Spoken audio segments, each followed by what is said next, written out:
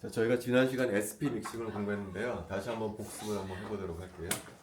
자, 여기 O2의 프린트인데 왼쪽에 나와 있는 것이 O2의 MO예요. 그래서 1시그마 G 같은 경우에 빨간색으로 표현되면 있죠. 이런 오비탈이. 그 다음에 2시그마 G 오비탈은 이런 빨간색 모양으로 되어 있는 거예요.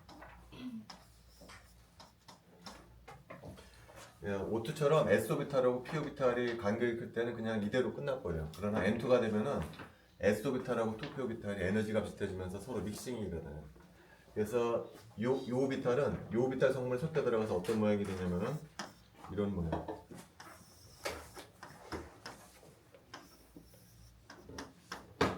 반면에 요 오비탈에는 요 오비탈이 섞여 들어가서 어떤 모양이 되냐면은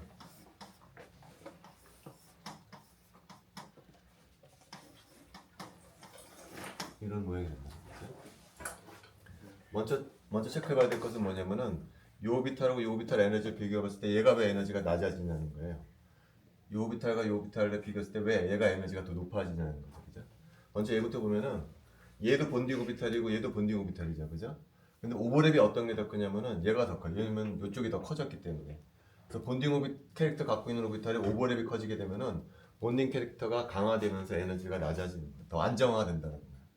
반면에 여기도 얘도 본능이고 얘도 본능인데 둘 중에 어떤 게 오버랩이 크냐면 얘가 더 크다는 거예요. 얘는 SP 믹싱을 하면서 이쪽이 작아져요. 그래서 오버랩이 줄어드는 거야. 본딩 캐릭터가 약화된다는 얘기지. 그래서 에너지가 이제 높아진다는 거죠. 함수로 표현하자면 요 오비탈은 어떤 오비탈이냐면은 2SA 플러스 2SB가 되겠죠. 게라드 오비탈이죠. 이 오비탈은 2PGA 플러스 2PG 오비탈이에요. 얘도 게라드 오비탈이에요. 이 오비탈은 어떤 성분이 섞여 들어가냐면 이 오비탈 성분이 섞여 들어가서 그래서 함수는 어떤 모양이냐면 이런 모양이에요. 2SA 플러스 2SB에 게라드죠. 어떤 게 섞여 들어가냐면 얘가 섞여 들어가요. 그래서 P 오비탈 성분이 섞여 들어가는 거예요. 요 게라드 오비탈이죠. 반면에 이 오비탈이 섞여 들어가는데 어떻게 섞여 들어가냐면 빼기가 되는 거야. 이 플러스로 연결되죠. 이건 어떻게 되냐면은 2PGA 플러스 2PGB 원래 오비탈이죠. 원래 오비탈인데 어떤 성분이 빼지냐면 요 성분이 빼집니다. 2SA 플러스 2S. 그래서 이런 모양이 나온다는 거죠. 그러면은 왜 이런 모양이 나온 건 보도록. 왜 이런 모양이 나온 건 보면 여기 S 오비탈이 이렇게 있거든요. S 오비탈이. 그 다음에 PG 오비탈은 이런 모양이잖아요. 그래서 이거를 더해주게 되면 어떻게 되는가? 더해주게 되면은 이쪽이 커진다고 그랬었어요. 이거 더해주게 되면 이쪽 이렇게 엄청나게 커지고 이쪽은 마이너스인데 플러스가 들어오서 상쇄가 되기 때문에 이쪽이 작아지는 거예요. 반면에 이 오비탈은 어떻게 만들어지는 거죠? 이 오비탈은 얘를 빼주는 거라고. 빼주가 이게 마이너스가 들어가야 되거든요. 그러니까 이때는 여기가 플러스가 아니고 마이너스가 되는데 이때는 어떻게 되죠? 이제 이쪽이 엄청 커지고 이쪽이 작아지는 거예요. 자, 반면에 운게라드 오비탈도 비슷한 얘기를 해줄 수가 있어요. 그래서 첫 번째 프린트물에 그 파란색으로 표현된 오비탈들이 운게라드 오비탈이에요. 원시구 마이너스, 플러스 마이너스. 그 다음 위쪽에 또 운게라드 오비탈 있죠. 얘 특징이 뭐죠? 둘 다 안타이 본딩 오비탈이면서 대칭성이 어떻게 되죠? 플러스가 마이너스로 바뀌어진 운게라드 오비탈이에요. 이게 O2일 때의 M오라는 거죠. O2일 때는 그냥 얘는 얘대로 있고 얘도 얘대로 있어요. 왜냐면 2S 오비탈하고 2P 오비탈 에너지 주기가 크기 때문에 얘네 둘이 서로 상호작용을 하지를 못해요. 근데 N2가 되면은 이 오비탈하고 이 오비탈의 에너지가 비슷해. 에너지가 비슷한 것이 아니고 에너지가 비슷해지면서 믹싱이 돼.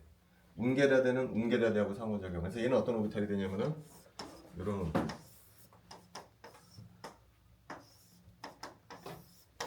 이 오비탈에는 이 오비탈이 섞여 들어와서 이 오비탈이 되고 얘는 어떤 오비탈이 되냐면은 이 오비탈에 이 오비탈이 빼져. 그래서 어떤 오비탈이 되냐면 이런 거예요. 이렇게 되는 거죠. 그럼 질문은 얘는 왜 에너지가 내려가냐는 거죠. 얘는 왜 에너지가 높아지고 얘는 안타이 본딩 오비탈이에요. 얘도 안타이 본딩 오비탈이죠. 근데 어떤 게 오버랩이 더 작아졌죠? 얘가 오버랩이 작아졌어. 본딩 오비탈인 경우에는 오버랩 커지면 커질수록 안정화되는 거거든요. 안타이 본딩 오비탈인 경우에는 오버랩이 작아지면 작아질수록 안정화되는 거. 반대로. 그래서 얘는 에너지가 떨어지는 거야. 반면에 얘하고 얘를 비교해주면 얘도 안타이 본딩 캐릭터고 얘도 안타이 본딩 캐릭터인데 얘는 어떻게 돼?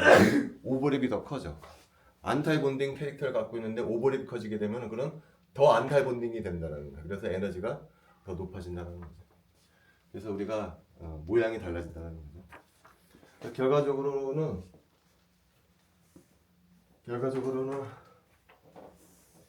최종적으로 맨 마지막 페이지에 나와 있어요. 오토 같은 경우에는 2S 가 상호작용해서 본딩, 안타이 본딩을 만들고 2P끼리 상호작용해서 시그마가 나오고 파이가 나오고 시그마가 나와요. 근데 N2가 되면서 요 오비탈하고 요 오비탈이 상호작용하면서 에너지 준위가 바뀌어진다는 거예요. 그래서 여기 오비탈 에너지 준위는 올라간다는 거예요. 여기도 올라가. 여기는 어떻게 되죠? 이거 내려가고 얘도 내려간다는 거예요. 근데 가장 눈에 띄는 것은 바로 요 놈들이야. 그러니까 얘도 에너지가 바뀌고 얘도 바뀌고 다 바뀌는데 가장 눈에 띄는 건 얘라는 거예요. 왜 그러죠? 역전이 돼 버리니까. 그래서 얘 같은 경우에는 파이가 먼저 나오고 시그마가 나오고 이렇게 된다. 얘도 달라진다는 거야. 얘가 오토인 경우에는 여기 올라가는 간격하고 내려가는 간격이 똑같거든요. 근데 이 프린트 불에 보면 어떻게 되죠? 얘는 둘 다 내려가면서 이렇게 돼. 좀 과장되게 되죠. 예, 이렇게 된다는 거예요. 왜 2S 오비탈 에너지죠. 그래서 무슨 일이 벌어지냐면은 베릴륨2 같은 경우에 전자 4개가 여기에 들어가거든요. 그럼 본드 오더는 제로야. 하지만 결합을 형성할 수가 있어. 본드 오더가 제로임에도 불구하고. 왜 그러죠? 본딩 오비탈이 안정화되는 정도가 안타이 본딩 오비탈이 불안하게 되는 것보다 더 크다는 거죠. 그래서 베릴륨2는 존재할 수 있다. 그런 얘기를 했죠. 저희가 이제 지난 시간에 했던 얘기고요. 오늘은 이핵 이온자 분자에 대해서 배우도록 합시다. 자, 기억이 안 나는데 NO 했었나요, 우리가? NO, MO 했었나? 안 했어요. 여기부터. 자, 지금까지는 뭘 했죠? O2, H2, N2. 동핵 이온자 분자. 동핵 이온자 분자를 하면 뭐죠? 여기 2S가 있으면 오른쪽도 똑같은 2S예요. 여기 2P가 있으면 똑같은 위치에 2P가 있어서 얘네들끼리 상호작용한 MO를 만들어졌다는 거야. 근데 이제는 이것이 아니고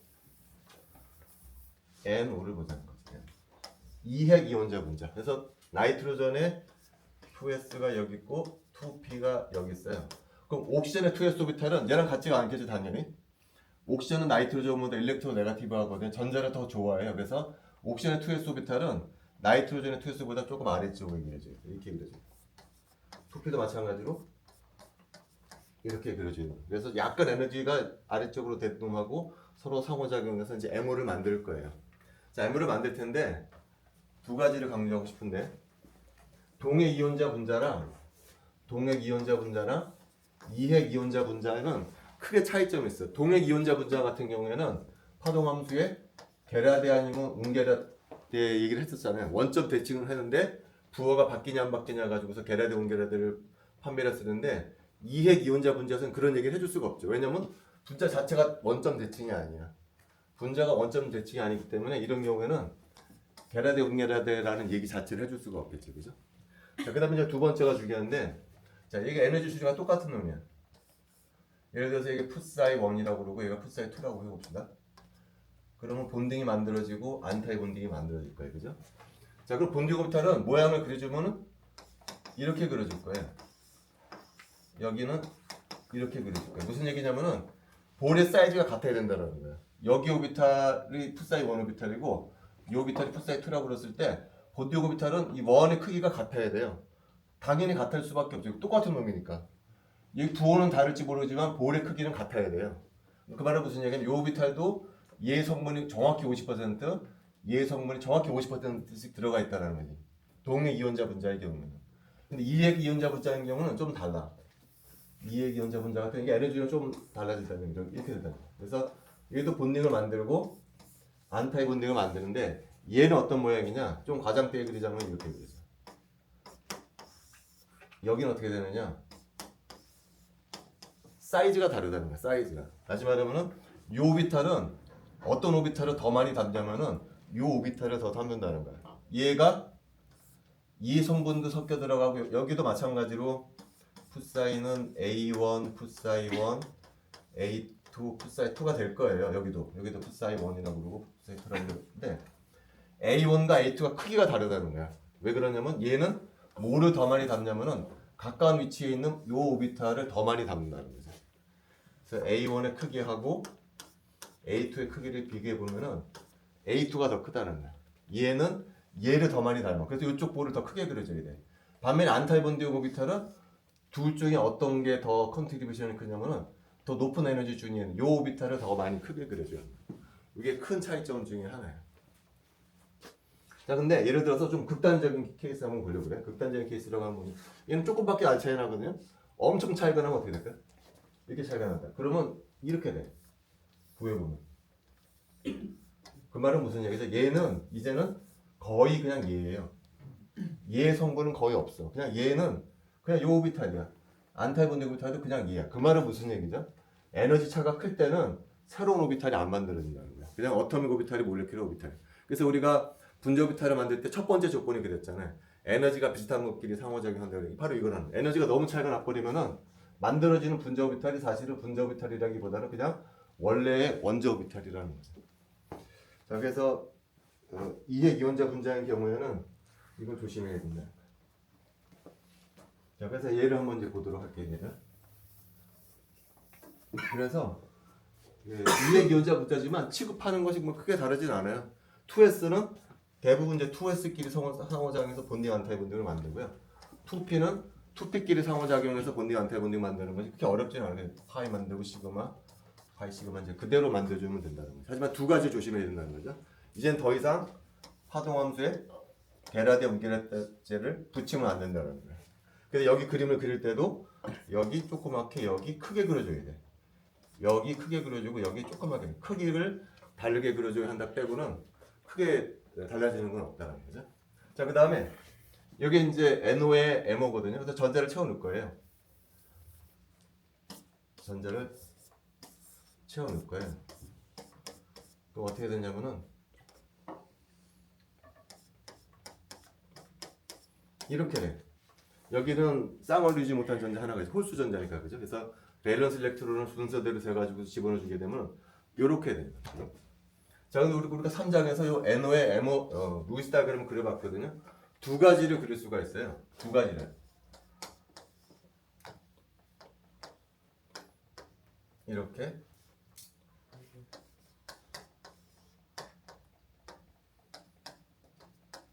이렇게 그릴 수가 있어요. 이렇게. 위쪽 루이스 다이그램이 더 안정된가요? 아래쪽이 더 안정된가요? 물어보면은 어떻게 대답해야 돼요? 쌍울이지 못한 전자가 나이트로젠 했을까요? 산소 했을까요? 나이트로젠 했죠. 그래서 형식전화 계산해 보면 나오죠. 그죠? 형식전화 계산해 보면은 이쪽보다 이쪽에 더 안정된다는 거 금방 나와요. 근데 그거를 M으로 설명해 줄 수가 있다는 거야. M으로.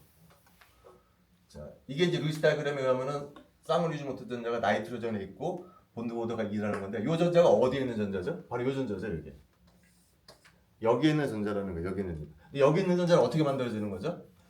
나이트로전의 2p 오비탈하고 옥시전의 2p 오비탈이 서로 상호작용해서 만들어진 안타이 본딩 오비탈이잖아요. 이 오비탈은 어떤 성분이 더 크다라고요? 이쪽 오비탈 성분이 더 크다 그랬잖아.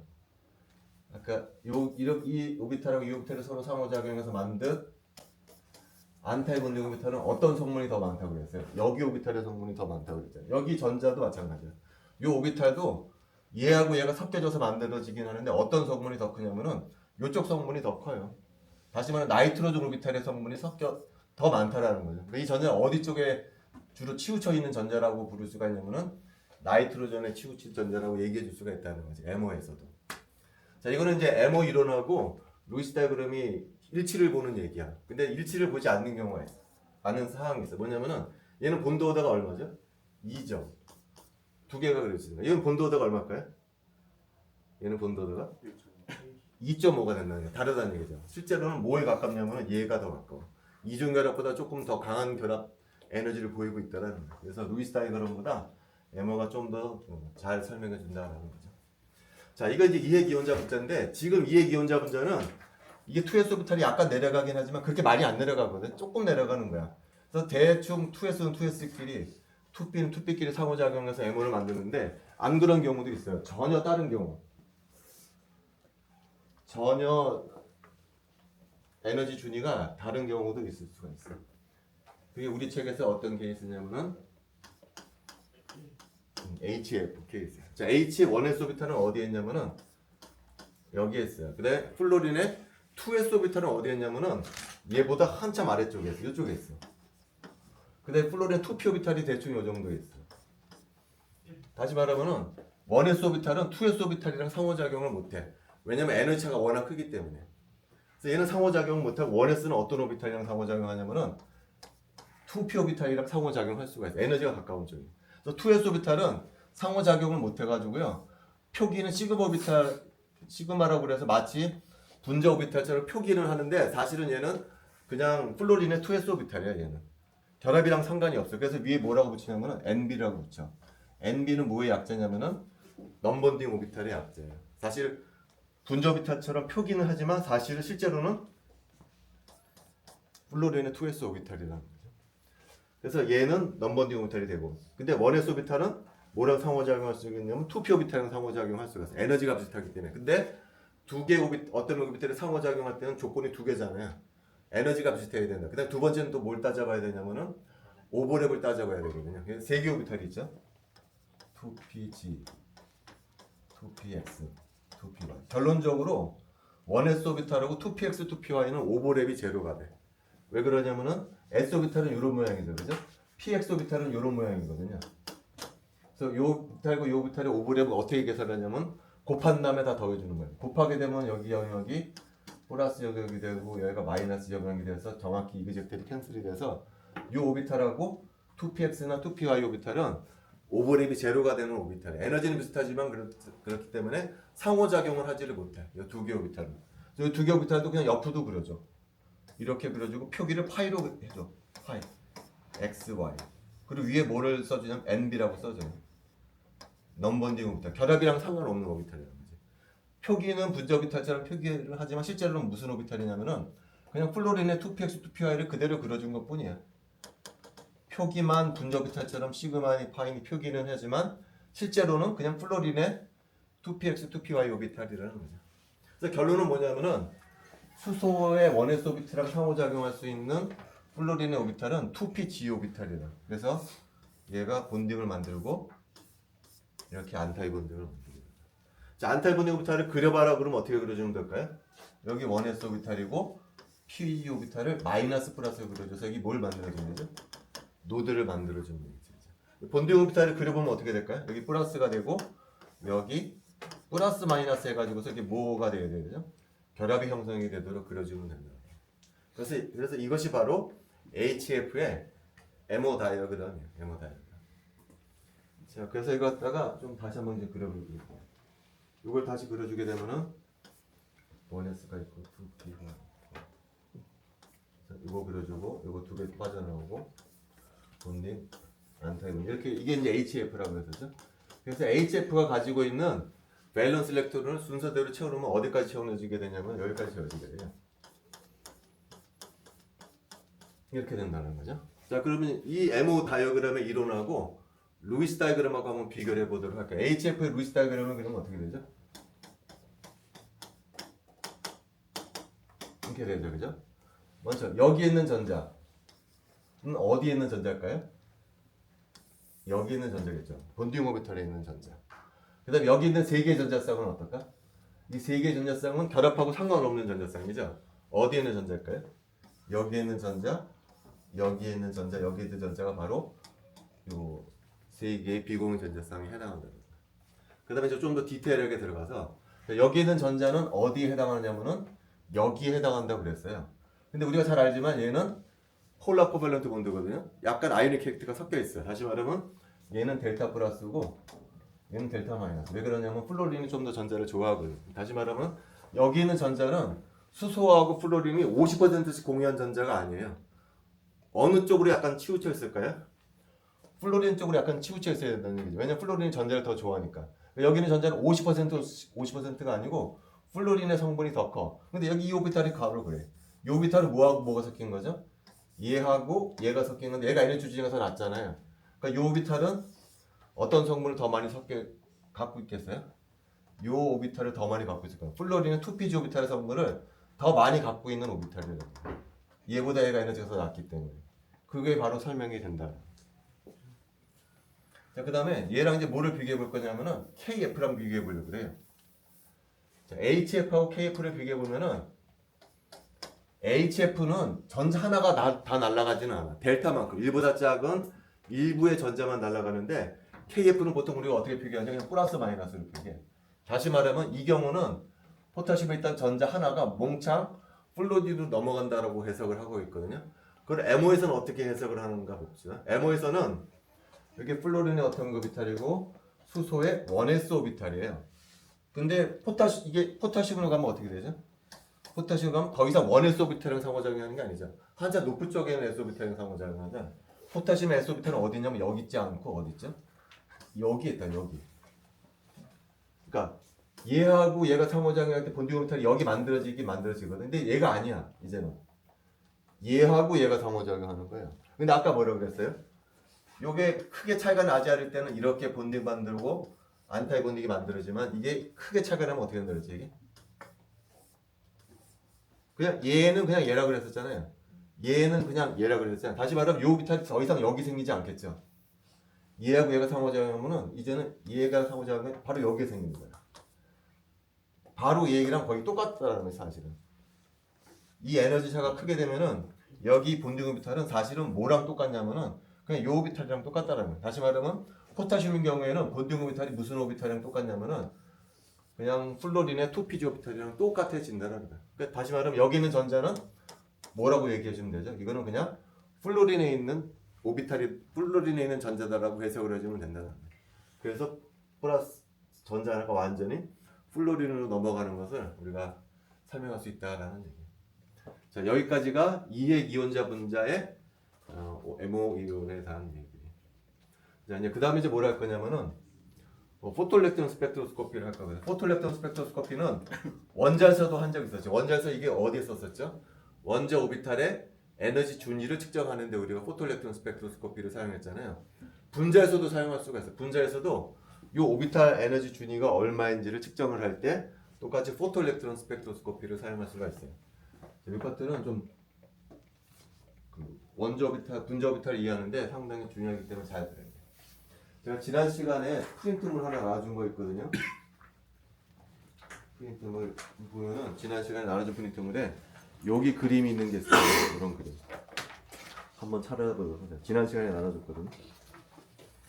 자, 먼저 수소 원자의 어텀 오비탈 에너지 준위를 이제 그리게 이런 식으로.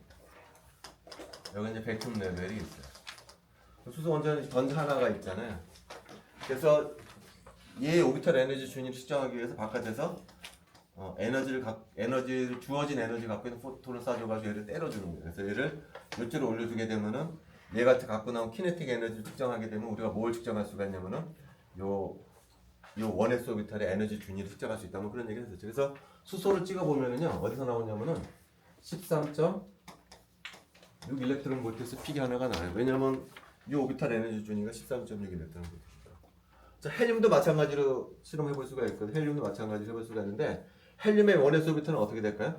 좀 내려가야 되겠죠. 왜 그러냐면은 핵전하가 커졌기 때문에 수소의 1s 오비탈 에너지 준위보다는 헬륨의 1s 오비탈 에너지가 아래쪽에 있어요. 그리고 또 중요한 차이점은 헬륨은 전자가 두 개가 있어. 하지만 두 개가 있더라도 두 개의 전자가 어떻죠? 똑같은 오비탈 에너지 준위에 있기 때문에 픽은 하나만 나올 거라는 거지. 전자가 두 개더라도 똑같은 에너지 준이 있기 때문에. 그래서 실험을 해보면 어디로 되냐면은 24.59에서 픽이 하나 나고 이건 수소고 이거는 헬륨이에요. 수소를 찍을 때도 픽이 하나, 헬륨을 찍을 때도 픽이 하나야. 왜 하나죠? 전자가 비록 두 개지만 똑같은 오비탈에 있기 때문에. 그거 기억해줘요. 자, 그 다음에 이제 분자를 한번 들어가요. 분자. H2 분자를 찍어보려고 그러거든요. 근데 H2 분자는 우리가 어떻게 했었죠? H2 분자는 1s가 있고 1s가 있어서 본딩을 만들고 안타이 본딩을 만드는데 전자 두 개가 어디로 들어가네? 얘도 분자 오비탈 본딩 오비탈에 들어가. 얘가 이제 백혈 레벨이야. 얘도 마찬가지로 여기는 전자를 떼어내기 위해서 바깥에서 에너지를 갖고 있는 포톤을 쏴줘서 이놈을 이쪽으로 떼어낸다는. 그러니까 헬륨이랑 다를 거 없다라는 거예요, 그죠? 헬륨나 H2나 두 개의 전자를 갖고 있는데 얘도 두 개의 전자가 똑같은 오비탈이 있기 때문에 픽이 하나가 나올 것으로 예상이 되는데 그렇게 되지가 않아요. 얘는 몇 개가 나오냐면 여러 개가 나와. 이게 H2 분자의 포토일렉트론 스펙트럼이에요. 그래서 첫 번째 질문은 뭐냐면은 헬륨이나 H2나 전자 두 개 있는 건 마찬가지라는 거죠. 그리고 그 두 개 전자가 어떤 한 오비탈에 있기 때문에 헬륨처럼 픽이 하나가 나와야 될 것 같은데 H2는 여러 개의 픽이 나온다는 거예요. 왜 여러 개의 픽이 나오냐가 첫 번째 질문이에요. 그리고 측정을 해보면 여러 개의 픽과 픽 사이의 간격이 거의 일정하게 유지가 돼. 거의 비슷한 값을 주더라는 거죠. 질문이 두 개야. 첫 번째는 왜 여러 개의 픽이 나오느냐. 두 번째 질문은 왜 픽의 간격이 거의 비슷하느냐. 그걸 설명해 줘야 한다. 그걸 설명해 주기 위해서는 M을 잘 알아. 자, 우리가 이게 이제 몰레큘 오비탈이라고 하는데 몰레큘 오비탈은 계속 말하지만 뭐에 따라 달라진다고 그랬냐면은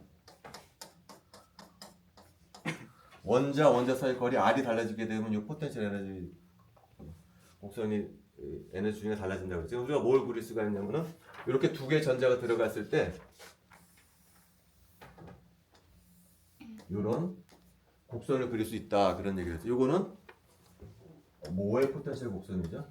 H2 분자에 H2 분자 중에 특히 두 개의 전자가 여기 들어갔을 때 포텐셜 커브야. 근데 전자가 여기 있던 전자 이렇게 올라갈 수도 있잖아요. 이렇게. 그럼 여기 전자 하나 있고 여기 전자 하나 있는 H2의 포텐셜 커브 또 다른 걸 그릴 수가 있겠죠. 얘보다는 어떻게 될까요? 또 높은 쪽에 이렇게 그려줘야 되나요? 얘도 H2고 얘도 H2예요. 다른 게 뭐죠? 컨피그레이션이 다른 거죠. 여기 H2는 두 개 전자가 모두 여기 들어갔을 때 여기 포텐셜 커브는 여기 하나 들어갔을 때 포텐셜 커브야. 근데 전자가 여기 있던 전자 여기로 가지 않고 여기로 갈 수도 있다. 여기가 뭐냐? 백큐 레벨이니까 전자가 완전히 떨어졌다라는 얘기야. 다시 말하면 H2 플러스가 됐다는 얘기야. 그때 포텐셜 커브도 그릴 수가 있겠죠. 그죠? 그려주게 되면 이렇게 그린다.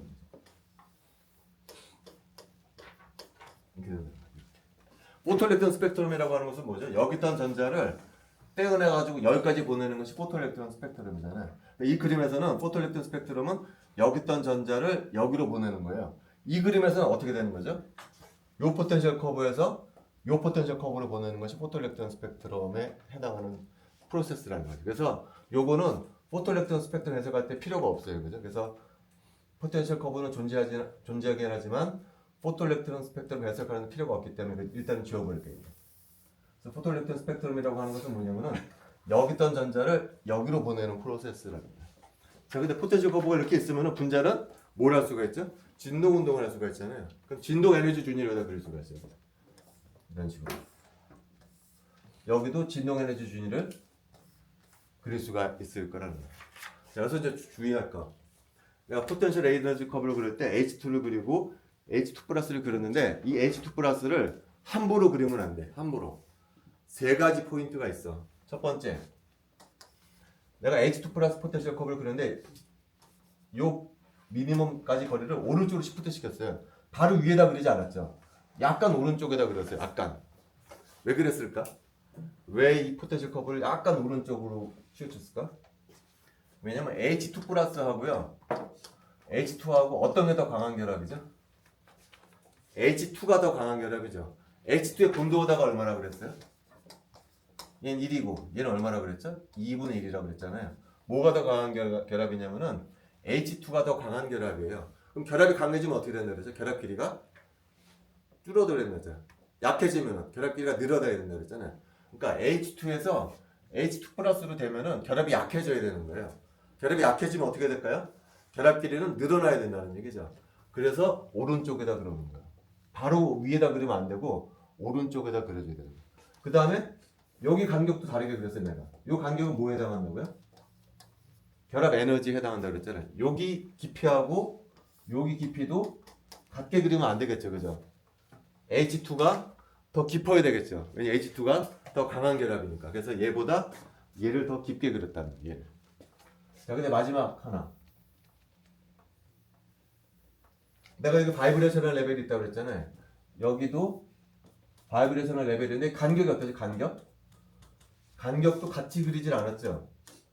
뭐를 더 넓게 그렸어요? 얘를 더 넓게 그렸단 말이야. 이건 왜 그러죠? 이 간격이 뭐에 해당하냐면은 h 뉴에 해당하는데 뉴는 뭐랑 같다고요? 뉴는 1/2 파이의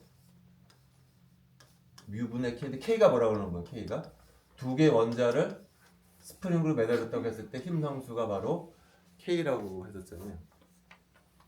근데 결합이 강해지면 보통 화학자들은 어떻게 생각하냐면 결합이 강해지면은 힘상수가 커진다라고 보통은 생각을 해요. 그러니까 H2의 K가 H2 플러스의 K보다 더 커.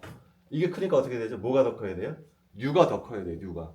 근데 이 간격이 뭐죠? H 뉴야. 그래서 간격도 여기가 더 넓고 여기는 작게 그려져요. 그래서 H2 플러스의 포텐셜 커브를 그릴 때는 세 가지 점에 유의해서 그려줘야 합니다. 세 가지 점에 유의해서.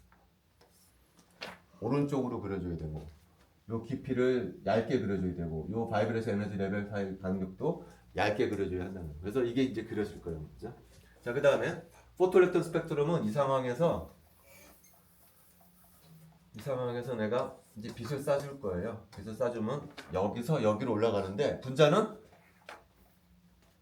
V 이퀄 0인 레벨이 있을 수도 있지만 V 이퀄 1인 레벨이 있을 수도 있고 2인 레벨에 있을 수도 있거든요. 그죠? 원칙적으로. 근데 대부분의 경우 어디에 있냐? 분자는 V 이퀄 0인 레벨만 있어. V 이퀄 1인 레벨이나 2인 레벨은 있을 확률이 거의 작아. 왜 그러냐면은 우리가 흡체 복사할 때도 계산하는 게 있었죠. 에너지 2를 가질 확률이 어떻게 된다고 그랬죠? 볼츠만에 의하면은 익스포넨셜 마이너스 2오버 KBT 이렇게 된다고 그랬잖아요.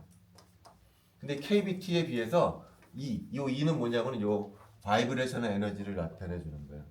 KBT에 비해서 이 2가 워낙 커. 근데 거기 익스포넨셜 마이너스 3까지 가버리잖아요. 그래서 확률을 계산해 보면은 거의 0에 가까워. 여기 레벨에 있을 확률이나 여기 레벨에 있을 확률이 요 볼츠만식에 대입을 해보면은요 거의 0에 가까워요. 그러니까 대부분의 문제가 어디에 있다는 얘기냐면은 V 이퀄 제로 레벨에 있다라는 거죠. 그래서 이 바이브레이셔널 레벨이 존재하는 하지만 포토일렉트론 스펙트럼 해석을 할 때는 간편하게 없다라고 생각을 해도 무방해. 왜냐면 이 볼츠만 로에서 이 확률을 계산해 보면은 거의 0에 가깝기 때문에. 그래서 분자는 죄다 V 이퀄 0인 레벨에 있다라고 해석을 해주면 됩니다. 여기서 이제 내가 이제 빛을 쏴주는 거예요. 빛을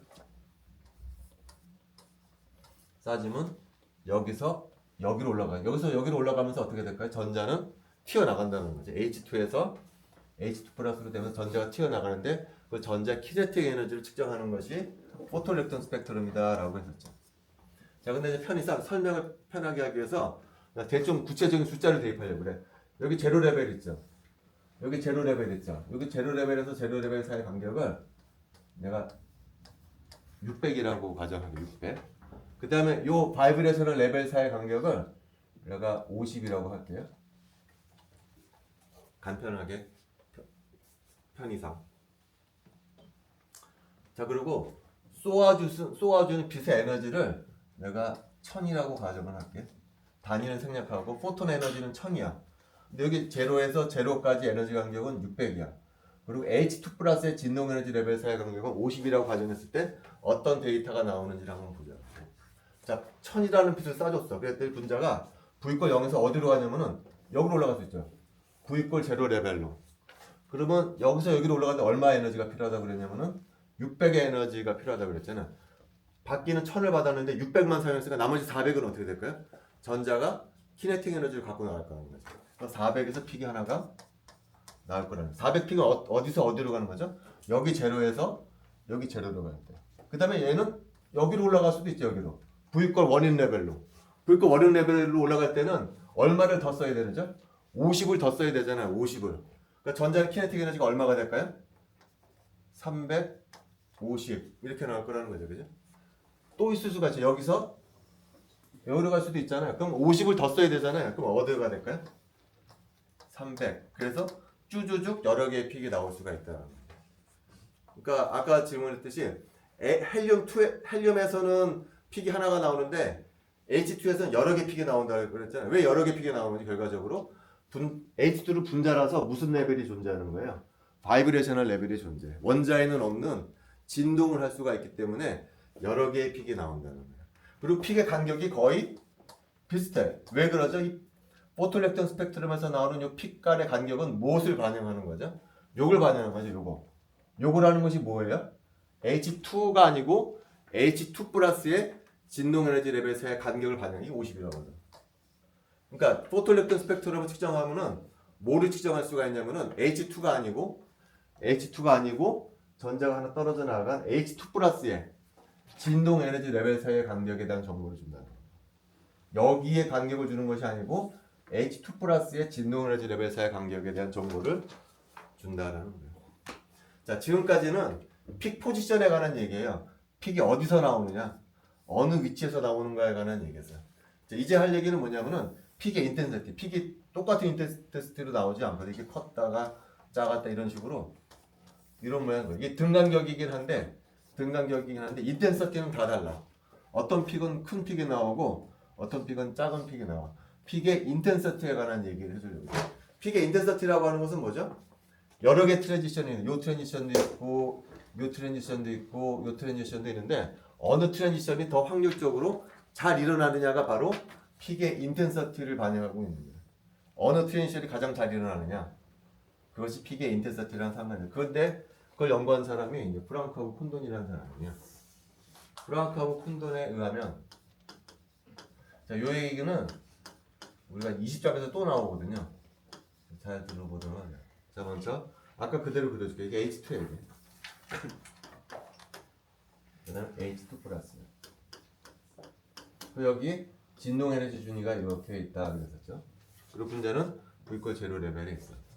자, 첫 번째, 프랑크 콘돈에 의하면은 가장 큰 픽을 주는 트랜지션은 어떤 트랜지션이냐? 세 가지 조건을 만족하는 트랜지션이, 얘는 여기로 갈 수도 있고 여기로 갈 수도 있고 여기로 갈 수도 있고 여기로 갈 수가 있는데 어느 바이브레이셔널 레벨로 가는 트랜지션이 가장 인텐스한 트랜지션이냐는 세 가지 조건을 만족하면 됩니다. 첫 번째 조건은 뭐냐면은 여기서 시작하는 데는 중앙에서 시작하라.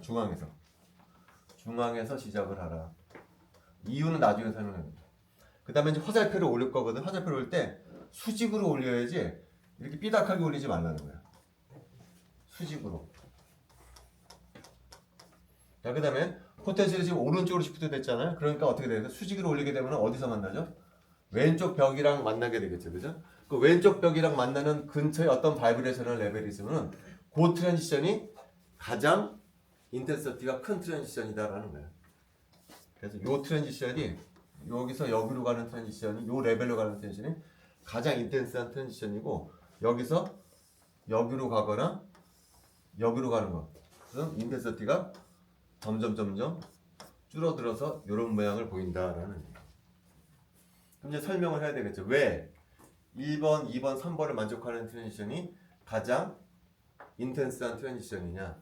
첫 번째, 왜 중앙에서 시작을 하냐면요. 자, 이게 V = 제로 레벨이거든요.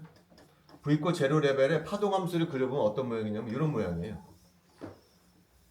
다시 말하면 가운데가 확률이 가장 커. 가운데 있을 확률이 가장 크다는 거예요. 파동함수를 그려보면. 그래서 중앙으로 시작을 하는 거야. 자, 그 다음에 두 번째는 이렇게 수직으로 화살표를 올려야지 비스듬하게 화살표를 올리면 안 된다는 거예요. 왜 그러느냐?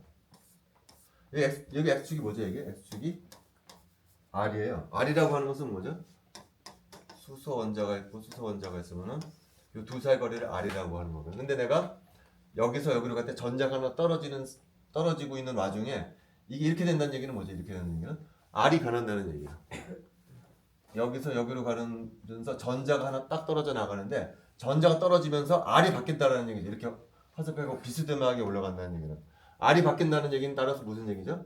H와 H가 바뀐다는 거죠. 핵이 움직여야 된다는 핵이.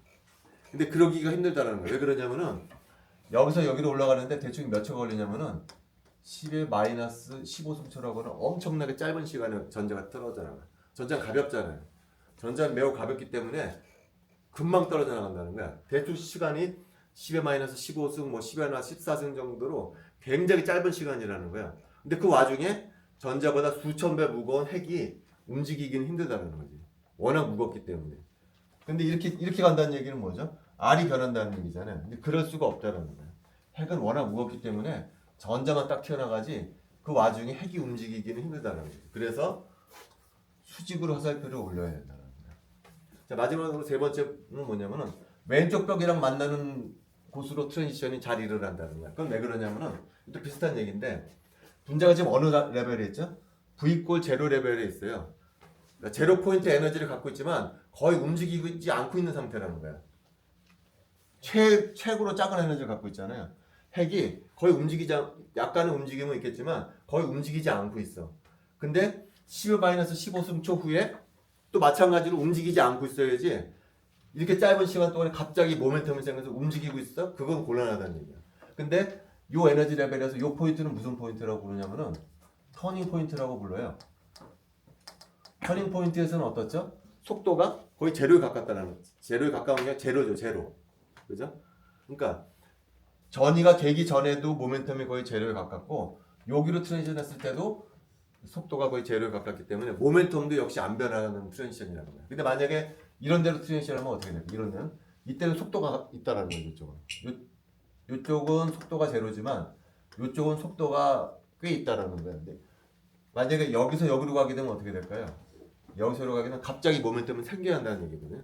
그런 트랜지션은 잘 안 일어나요. 왜냐면 워낙 빠른 순간에 일어나기 때문에 위치도 거의 바뀌지 않아야 되지만 모멘텀도 거의 변하지 않아야 된다는 거지. 근데 초기 상태에서 모멘텀이 거의 제로에 가깝기 때문에 전이하고 나서도 모멘텀이 제로가 되면 이 터닝 포인트로 트랜지션을 해야 잘 된다는 거죠. 그래서 터닝 포인트가 H2 플러스에서 제일 왼쪽인 점이 아니라 그냥 수직으로 올리는 게 점인 거죠. 아니 포텐셜의 왼쪽 벽. 아 왼쪽 벽이요? 왼쪽 벽. 자, 이게 하모니 오실레이터라고 그러면요. 이게 토탈 에너지잖아요. 그러면 얘가 여기서 왔다리 갔다리 하잖아요. 그죠? 왔다리 갔다리 요걸 터닝 포인트라고 불러요. 얘도 터닝 포인트라고 하는데 지금 요게 중요한 요게 터닝 포인트인데 여기서 속도가 0이라는 거예요. 0. 고점으로 가야 된다는 거예요. 고점으로.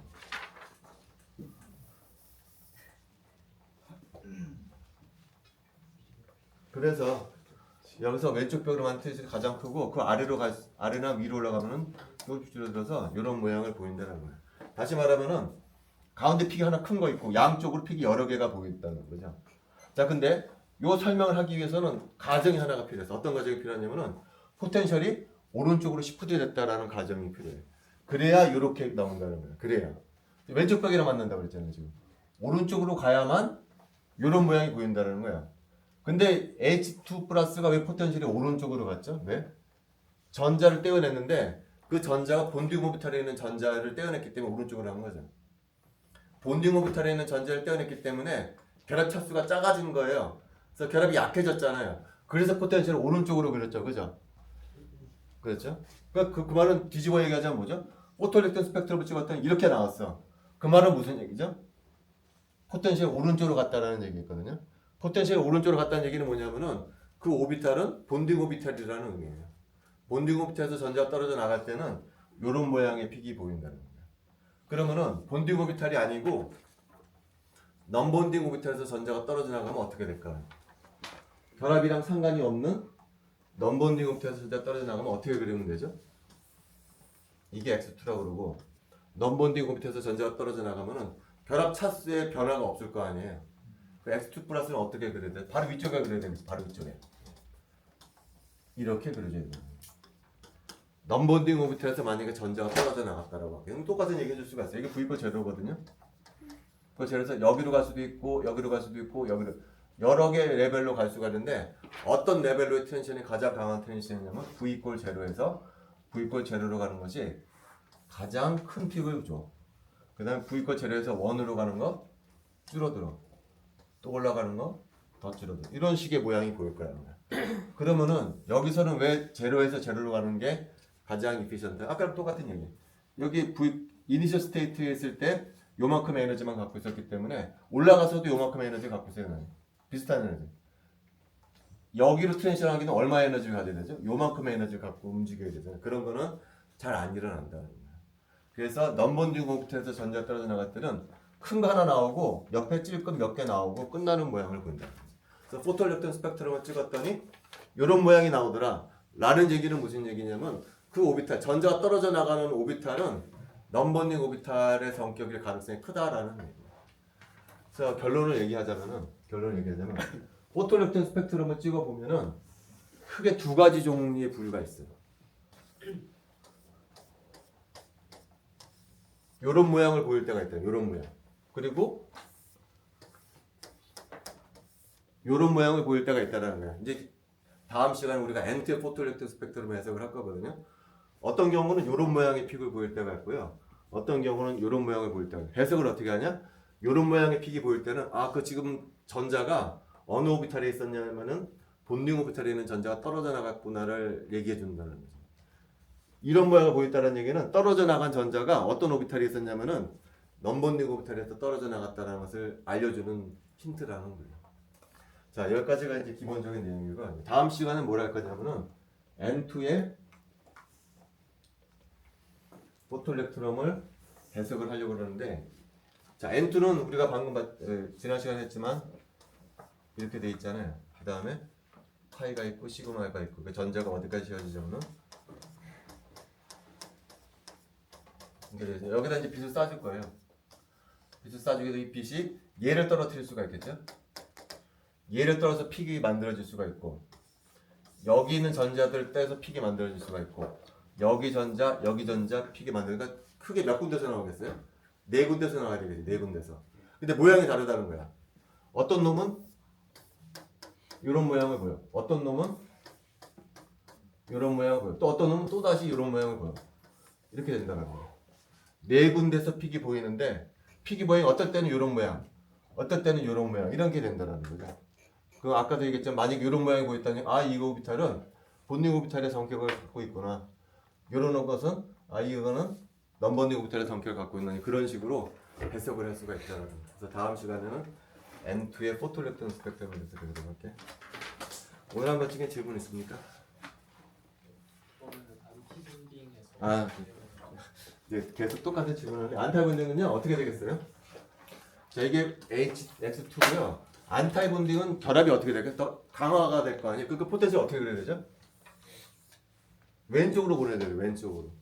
똑같이 이번에는 오른쪽으로 만나야 되겠지 이번에는. 그 해석이 거의 비슷할 거라는 얘기거든요.